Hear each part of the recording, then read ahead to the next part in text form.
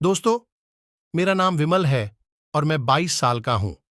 यह बात आज से 2 साल पहले की है। उस वक्त मेरे दूसरे सेमेस्टर के इम्तिहान चल रहे थे। मैं रोज सिटी बस से कॉलेज आता जाता था। एक दिन मैं सुबह घर से निकला और बस के आने का इंतजार कर रहा था। उधर रोज के आने जाने वाले काफी चेहरे दिख जाते थे, तो सबसे दुआ सलाम हो। नई लड़की भी आने लगी थी। वह देखने में गजब की पटाखा आइटम थी। अभी कुछ ही दिनों से ही वह आने लगी थी, तो उससे जान पहचान का अवसर ही नहीं मिला था। आज वह लड़की अपने रोज के समय पर बस स्टॉप पर आ गई। मैं उस पर ध्यान नहीं दे पाया। कुछ देर बाद वह लड़की मुझे अपने एकदम बाजू में खड़ी दिखाई दी। उसने मुझसे धीमे से हेलो कहा। मैंने उसकी तरफ देखा तो मैं मन ही मन मुस्कुरा दिया। मैंने भी उससे हेलो कहा। उसने पूछा, क्या आज एक भी बस नहीं आई? मैंने कहा, हाँ, अभी पहली बस के आने का समय हुआ ही है। शायद 1-2 मिनट में आ जाएगी मैडम। वह बोली, मेरा नाम अंजलि है मैडम। नहीं, इस तरह से मुझे उसका नाम अंजलि मालूम हुआ। मैंने भी उसे अपना नाम बता दिया और उसकी तरफ देखने लगा, तो वह किसी से फोन पर बातें करने लगी थी। मैं अब उसे ऊपर से नीचे तक देखने लगा। अंजलि दिखने में तो बहुत सुंदर थी और उसका जिस्म बहुत आकर्षित करने वाला था।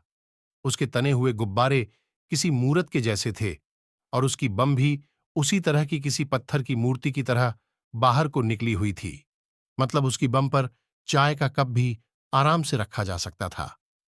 उसकी कद्दू सी फूली हुई बम किस बूढ़े आदमी का भी औजार खड़ा कर सकती थी। अंजलि भी बड्ढी बेचैनी से बस के आने का इंतजार कर रही थी। आज बस स्टॉप पर भीड़ भी काफी ज्यादा थी। वैसे ही सुबह के वक्त लोग अपने अपने काम पर जाते हैं तो भीड़ रहती ही है, और आज कुछ और भी था। शायद इसलिए भीड़ और भी ज्यादा थी। थोड़ी देर में बस आ गई और हम सब बस में चढ़ गए। भीड़ होने के कारण सब एक दूसरे से चिपके हुए थे। तभी मैंने ध्यान दिया कि वह लड़की अंजलि एकदम मेरे साथ में मेरे सामने मुंह करके खड़ी थी और मेरा हाथ उसके हाथ को छू रहा था।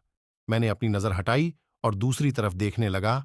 हमारे शरीर चिपके हुए थे, जिस वजह से हम दोनों को एक दूसरे के शरीर की गर्मी महसूस हो रही थी। तब भी हम दोनों आपस में नजरें नहीं मिला पा रहे थे। तभी आगे स्टॉप से कुछ और लोग बस में चढ़ गए और भीड़ की वजह से वह मुझसे कुछ ज्यादा ही चिपक गई। अब उसके गुब्बारे मेरे सीने से इतने अधिक चिपक गए थे कि हवा भी ना निकल पाए। मुझे जब यह एहसास हुआ, उतने में मेरा औजार नीचे उसकी टांगों के बीच वाले बिल में दस्तक देने लगा। मैंने जैसे तैसे करके खुद को संभाला और उससे थोड़ा दूर होने की कोशिश करता हुआ सीधा तरफ को घूम गई। थोड़ी देर बाद बस में फिर से हलचल बढ़ी और वह वापस मुझसे चिपक गई।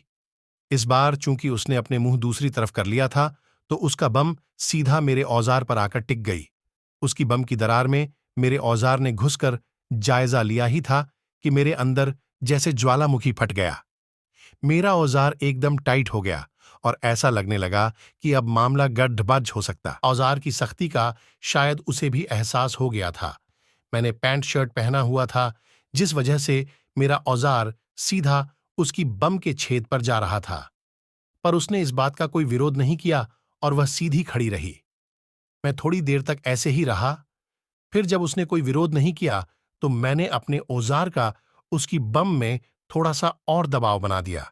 उसको जैसे ही यह महसूस हुआ, मैंने देखा कि उसका मुंह थोड़ा सा खुल गया और वह अपने होंठों पर जीभ घुमाने लगी। फिर वह पीछे मुड़ी और मेरी तरफ देखकर हंस दी। उसने अपनी बम से मेरे औजार पर एक झटका सा मारा।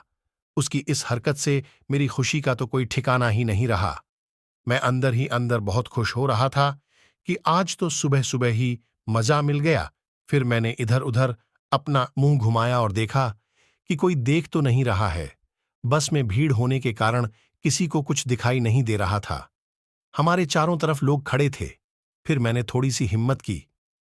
चूंकि मेरा रास्ता साफ हो गया था, मैंने अपना हाथ आगे बढ़ाया और उसकी कमर पर रखकर थोड़ा सहला दिया।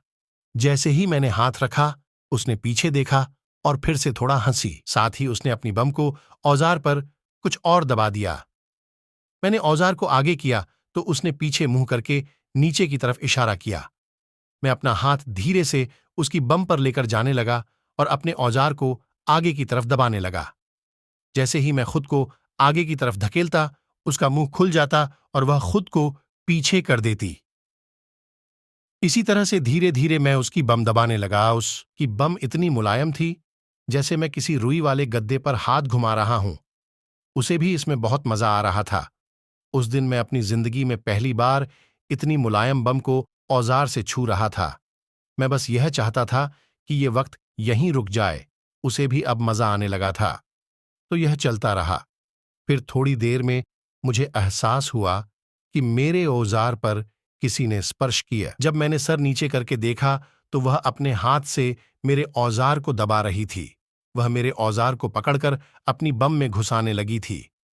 शायद उसका भी मेरे जैसा ही हाल था, पर भिड्ड में होने के कारण हम दोनों ज्यादा कुछ कर नहीं सकते थे। फिर मैंने धीरे से अपना हाथ उसके आगे ले जाकर उसके गुब्बारों को सहलाया और धीरे धीरे दबाने लगा। काफी समय तक मैं उसके गुब्बारों को अपने हाथ में लेकर खेलता रहा। अब उसकी सांसें तेज होने लगी थीं और वह मुझसे इतना ज्यादा चिपक चुकी थी जैसे वह मेरे अंदर ही घुस जाएगी। एक तरह से उसने अपने वजन को मेरे ऊपर लाद सा दिया था। उसका हाथ लगातार मेरे औजार पर घूम रहा था और मैं तो जैसे जन्नत में पहुंच चुका हूं, ऐसा लग रहा था।